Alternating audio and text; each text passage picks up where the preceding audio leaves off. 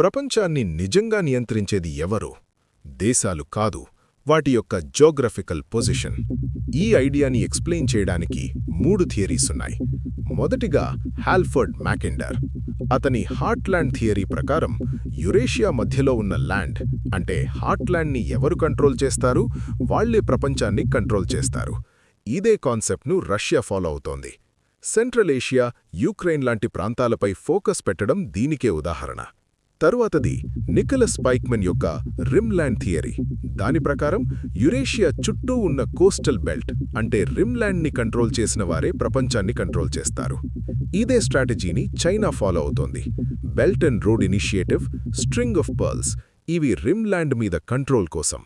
మూడవది ఆల్ఫ్రెడ్ మహాన్ యొక్క అతని సీ పవర్ థియరీ ప్రకారం ఎవరు ఓషన్స్ మరియు ట్రేడ్ రూట్స్ను కంట్రోల్ చేస్తారో వాళ్లే గ్లోబల్ పవర్. ఇదే స్ట్రాటజీని యునైటెడ్ స్టేట్స్ ఫాలో అవుతోంది. వరల్డ్లో major sea routes US navy ప్రభావంలోనే ఉంటాయి. అయితే రియాలిటీలో చైనా ల్యాండ్ మరియు సీ రెండింటినీ కంబైన్ చేస్తోంది. అందుకే మీ లొకేషన్, మీ మ్యాప్ అంటే జాగ్రఫీ ఇంటర్నేషనల్ అరీనాలో మీ కంట్రీ పవర్ని నిర్ణయిస్తుంది. ల్యాండ్, సీ, ట్రేడ్ రూట్స్ ఇవన్నీ కంట్రోల్ చేసినవాడే ప్రపంచాన్ని నియంత్రిస్తాడు. ఇలాంటి సింపుల్ జియోపాలిటిక్స్ ఎక్స్ప్లెనేషన్స్ కోసం ఆంధ్రుని మాట ఛానల్